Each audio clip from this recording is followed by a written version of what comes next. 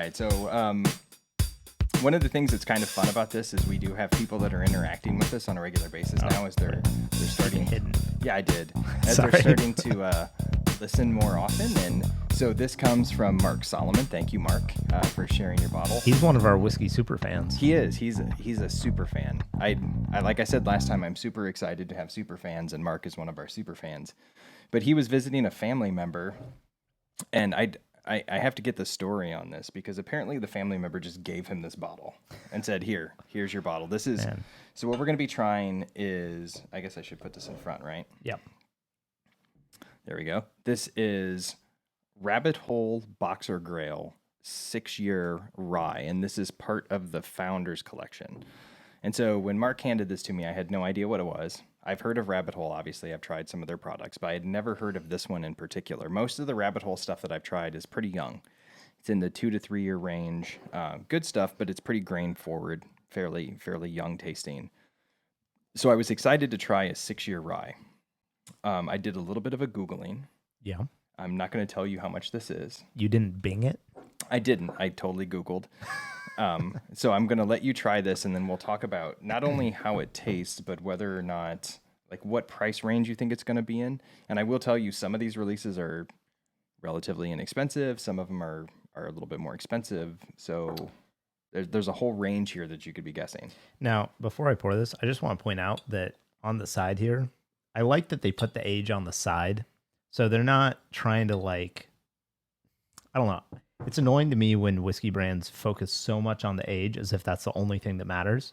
But right next to the age here, age 6 years, it says in handcrafted casks by Kelvin Cooperage. So again, like, these brands are starting to recognize that, like, the cooperages matter and play a significant role in their product. And it's something I've always wanted to know for the longest time was, like, where are these companies getting their casks from? You know, because, like, let's say Maker's Mark, like, they have a line of whiskeys. You love Maker's Mark. Let's say that's your favorite distillery. They're probably getting their casks mostly from a couple of places. They probably have a couple places that make most of their casks. And if you knew where they were getting their casks from, you could look for other whiskeys that are getting casks from those same cooperages, you know? And so it's just one more element that I would really like to see more brands bring awareness to for the consumer to know, hey, like, I really like the stuff that's coming out of those barrels made by those guys. Yeah, and they it's kind of put cool. it right on the box too. By the way, you get this fancy green box with it, and it's the same thing. Right on the back, it says aged in cask by Kelvin Cooperage. This is a 95.5 rye barley, so very, very high on the mash bill. Non-chill filtered, just like they said. It says on the back it should be non-chill filtered. So they're obviously wanting to maintain as much flavor in this one as possible. I like the way this smells. And this is 114.6 proof. Really? Yeah. It does not smell that hot. No, but there's a lot of flavor there. I mean, if I was nosing it, I would guess that it's over 100, but I don't think I'd put it at necessarily 115 range. Now, I would say this is a minty rye to me. I definitely get spearmint on the nose. It's very minty, yeah. Like, this is nice. Yeah, Thank you, Mark. Yeah, this is right up my alley and when it comes to rye, because this is a sweet mint profile. There's a little bit of a caramely note there as well that plays well with the sweet mint, but it's definitely mint forward. I don't get any dill, and for me, that's a good thing. I'm not a huge dill fan when it comes to the rye. Man, I'm really digging this. Okay, so tell me a little bit about Rabbit Hole. I don't know much about Rabbit Hole. I know so. I know that it's a relatively new company. Are they distilling this themselves, or are they? Yes. Oh, really? Yeah. Okay. And that's why most of their stuff is younger. And so getting something that's in the 16-year range from them is a little bit unique. I did see a 15-year Rabbit Hole. I think. And that's in Mizunara casks, I think. Really? Yeah. So, but is that still their product? Do you know? That I don't know. Okay. Like I said, I don't know anything about the Founders Collection. I'd only looked up information on the past about their specialty or their standard releases that I run into at bars and stuff. So this is something a little bit different. Man, on the nose, just that spearmint. There's like lemongrass. There's a lot of citrusy notes. The oak isn't super prevalent, which is, I mean, it's only 6 years old, but it's interesting coming from the Woodinvilles where the oak is surprisingly prevalent for the age. I would have to say, like, I was actually, I'm a little caught off guard, the lack of the oak influence, but you can tell that it's a slightly older rye. Like a lot of ryes are only like 4 or 5 years old, 4 or 5 years old. I feel like they get bottled, and it's knocked off a lot of that sharpness that I think you typically get with rye. Man, that I don't know how much this bottle costs, but I kind of want one. It's caramel, sweet Like, rye, Holy sweet cow. mint. There's a little bit of oak on the finish, but like you said, it's not overpowering. But certainly, like you said, when you compare this to a 5-year from Woodinville, I get more oak on the Woodinville than I do this. Yeah. But on the palate, there's so much caramel, toffee, like candy, kind of makes me think of those like hard toffee candies kind of thing. It just like kind of sticks all around your mouth. It's like a sticky whiskey. It's a sticky whiskey. I like that. Yeah. It is. It's very viscous. There's no question. And they did a smart thing by putting this at cast strength. And the finish, like, it keeps going. A small sip like 2 minutes ago, and I can still taste it in my mouth. If you let it sit in the glass too, you get more of the cinnamon note.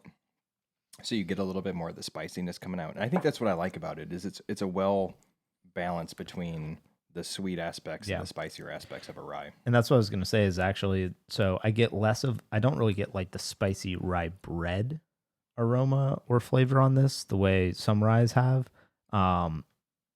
But the cinnamon, the clove kind of notes are really there on the finish. Like I'm still getting them, the finish is really, really nice on this. And I like the fact that, one of the things I like about rye is when you get the sweeter aspects up front and then it finishes dry.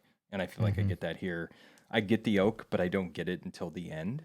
Yeah. And that's what I get kind of lingering along with those, like you mentioned, clovey notes, which I think makes for a really nice finish. I don't like it when I get oak up front. I prefer to have that on the finish. So let's play the guessing game here, Paul. Are you ready? All right. All right. So how much do you think this bottle retails for? How much do I think it retails for? Yeah, so give me your guess at retail. You know the answer. Okay. Yeah, I used Google again, and I figured out what the price was. So I was watching this show recently, just a small rabbit hole. Oh, okay, good. So I've been watching the show Vampire Diaries. Oh man, courtesy of my wife. She's an addict, and I have become an addict too. Team Damon all the way. Now, that being said, I don't even know what you're talking about. Yeah, I'm pretty proud that I don't know what you're talking about. You should be proud that you don't know what I'm talking about. My point is, though, in that show, actually, I kind of don't remember my point at this point, but we should not try the ones from Mark at the end of the podcast when Paul's had too much whiskey leading up to it. I had a reason. Let's just move on, Paul. Okay. So how much do you think this is this retails for? I think that probably based on the fact that it says it's bottle 275 out of 1315. Oh, so, good job. You can limited read small release. Print. I'm proud. Limited release. It's a cast strength, older rye, in a really nice bottle. Heavy metal top. Special looking glass, little shiny gold top. Yeah. I'm gonna guess that the retail on this bottle is $150. It's a little bit higher, but you're in the ballpark. 200? Yeah, it's 195. Oh, I almost said 200. So it's 195. And then I was like, but I feel like 6 years isn't quite old enough that they would reach for the 200 mark. Yeah, 195. And so my question then as a follow-up is, it's obviously good. Yeah. Would you pay $195 for that bottle? That's hard because rye is not my favorite whiskey, but this is one of my favorite ryes that I've had. So if back of the napkin math, I really like Handy. I like 6 years. on Yep. Handy. Exactly. Handy, I would probably pay 300 for. I like that. That's kind of my cap on any whiskey though, is about the 300 mark. And that's really for very bottles that I know I absolutely am going to love and are special, really special bottles. So 200 to me is pushing it.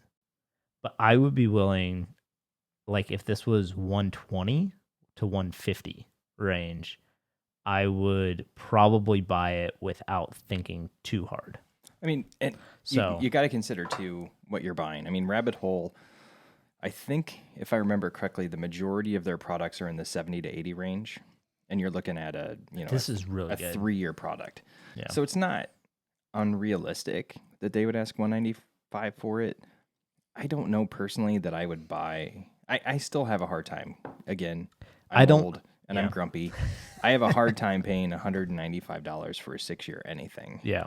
But it is a really, really good whiskey, and I don't think that if you went out and you paid $195 for it and you cracked it, I don't think you're going to be disappointed. You're going to be like, man, I really wish I hadn't dropped that much money on it.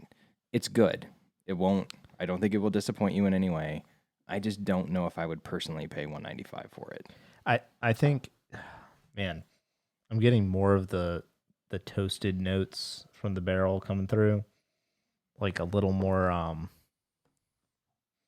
Oh man, I can't think of what that aroma is right now. But I think this is really. I would at $200. I would say you need to try it before you buy it, unless you just like everything else that Rabbit Hole's putting out. But even then, I would say this is entire. I mean, I've tried most of the stuff that Rabbit Hole has done, and this is a completely different experience than what they've had. I would say if you like Handy, if you like 6-year rye at cask strength, which I think I've said before, 6-year for me is right in the wheelhouse for a rye. 6 to 10 years, you're talking peak for rye for me. Right.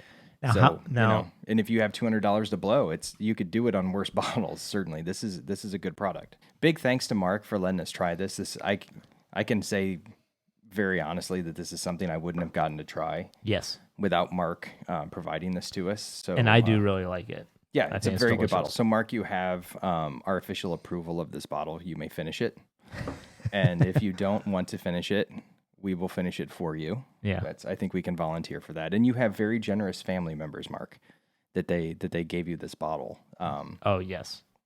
And I would encourage any other listeners, if you guys have special bottles that you would like us to validate for you, you are more than welcome to send those to us. We will give the official Whiskey Uncut stamp of approval and give you permission to drink those bottles as well. Yeah. I like this trend. This is a trend I'm gonna shoot for. Yeah. I really like this trend. Yeah. In fact, if you have anything from Pappy Van Winkle or the Buffalo Trace Antique Collection that you haven't opened, it's probably because you're afraid that it's not going to live up to your expectations. So let us take that risk on for you. Send it to us. We'll accept that risk. We'll tell you whether it's good or not. We're here for you, people. Yeah, we're here for you. And I will give you an advance warning that it's probably crap, and so we will probably dispose of it properly and not waste your time on drinking those whiskeys.